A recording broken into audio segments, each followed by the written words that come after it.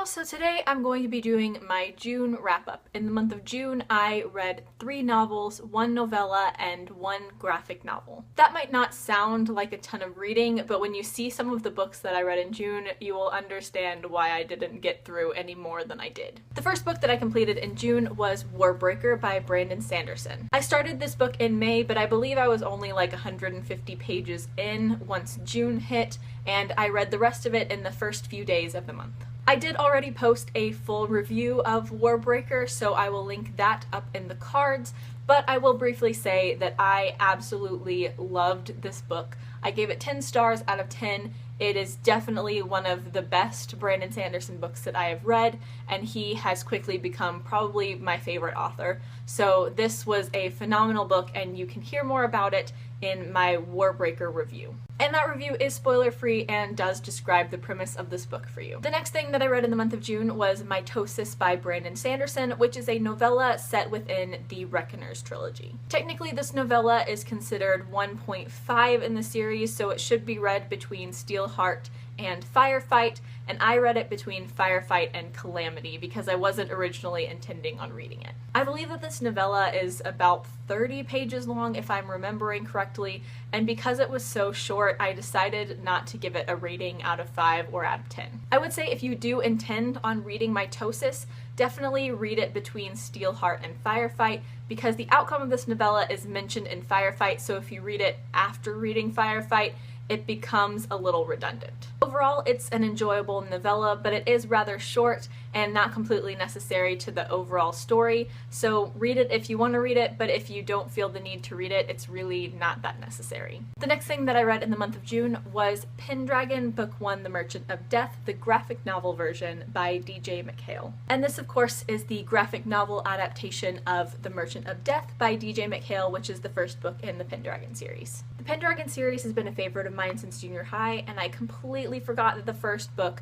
was turned into a graphic novel until I saw it in a bookstore, and it was pretty inexpensive because it was a half-price books outlet, so I decided to go ahead and get it and read it. The main premise of this series is that our main character, Bobby Pendragon, is a 14-year-old boy who discovers that he is a traveler, which means that he can traverse the different territories or worlds of Hala. I didn't end up giving this a rating out of 10. I instead decided to just give it a 3 out of 5.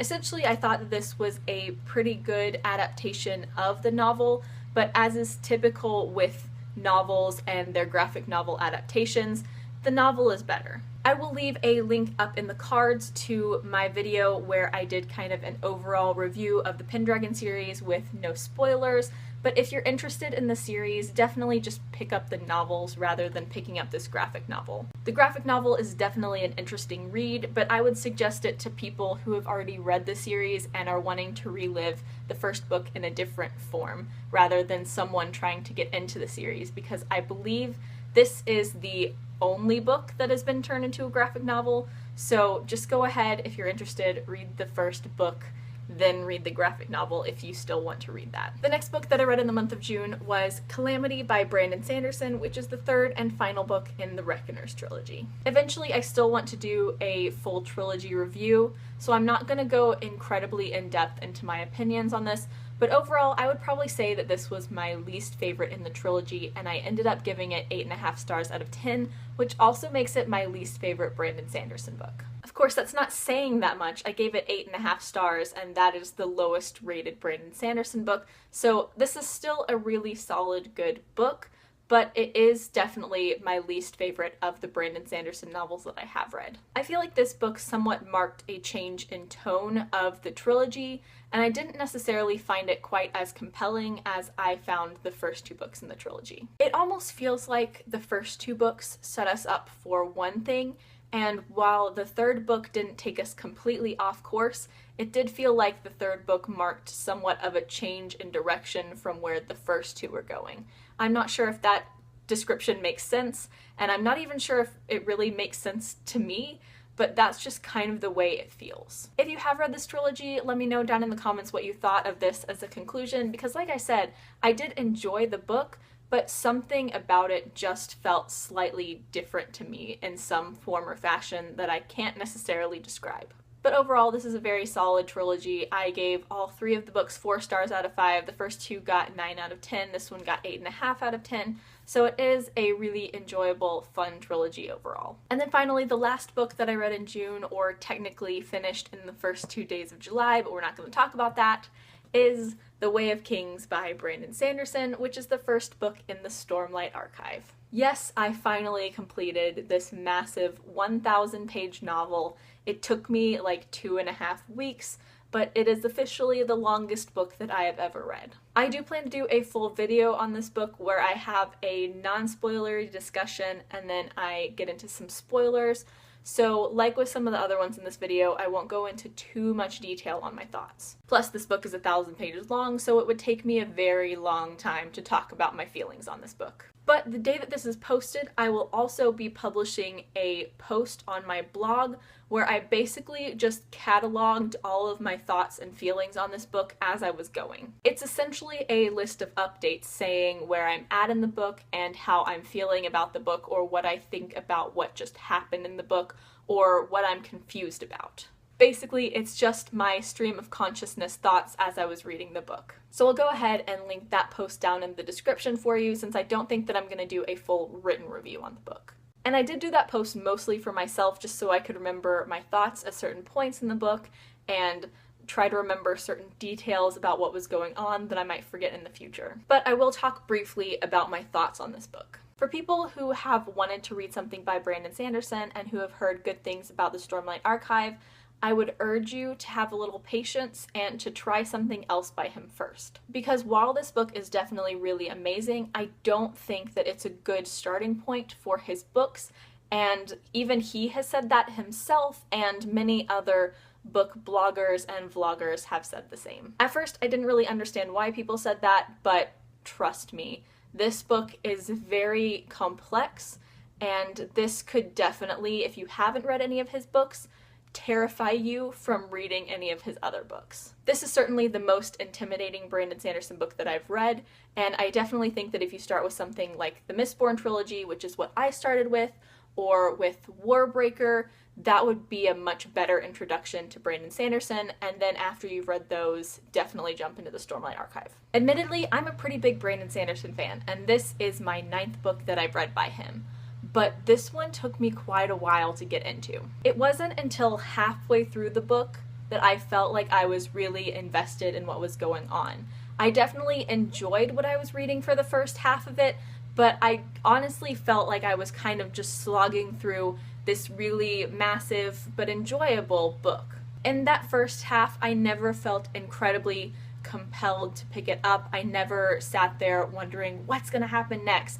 I just wasn't invested in the story yet. I think part of it is that this is going to be a 10-book series, and each book so far is over 1,000 pages long. So 500 pages in the large span of the series isn't exactly that much, and it's kind of set up for both this book and for the entire series. So you're still learning about a lot of things within the first 500 pages. So since this is such a massive world and a massive series, it takes longer to introduce everything. As I got further in the book, I began to get more and more invested, and I definitely, by the end, was incredibly invested in this story and was really glad that I did take the time to read this massive 1,000-page book. In the end, however, I do have to say that because it took me so long to get into this isn't necessarily my favorite Brandon Sanderson book. This might be the most intricate, well-crafted Brandon Sanderson book that I've read, but it's not necessarily my favorite. With pretty much all of the other Brandon Sanderson books that I've read, I've felt this immediate draw to the book. I've felt compelled to read it and find out what was going on next. And this one is more of a slow burn, so it took me longer to get invested in it, and therefore I didn't enjoy reading it as much as I've enjoyed reading some of the other books that I felt immediately drawn into. That being said, this is an amazingly well-crafted book. I did give it 5 stars out of 5, but I do think I'm going to give it 9.5 stars out of 10, just because it did take a very long time for me to get into it, and it is definitely a slow burn. So if you do want to pick it up, definitely give it a chance. Give it time, let yourself get into it before you give up. So yeah, it gets 9.5 stars out of 10 just because it did take me a really long time to actually care about this book, but now I am very invested in this story, and once I get a little bit of a break from this world, I will jump into the second book, which is just as massive as this one. So that is all that I read in the month of June. I would say that even though I only read 5 things, it was definitely just as good of a reading month as the 9 or 10 book reading months that I've had before this year. Obviously, I read The Way of Kings, so that took quite a while, and I read 4 things by Brandon Sanderson this month, so of course that kind of tips the scale a little bit, but overall, June was a good reading month. Let me know down in the comments if you have read any of these books, and if you have, what you thought of them. Let me know down in the comments if you've read any of these books, and if you have, what you thought of them. As always, I will leave links down in the description to my blog, Twitter, and Goodreads. Please add me as a friend on Goodreads. I would love to be friends with all of you. Like, comment, subscribe, all that jazz. Thank you so much for watching. Bye! Basically, it's just my stream of consciousness. Basically, it's just my stream of consciousness. Basically, it's just my stream of Basically, it's just my stream of consciousness. Basically, it's just my stream of consciousness thoughts. I was so excited that I got that word right that I couldn't.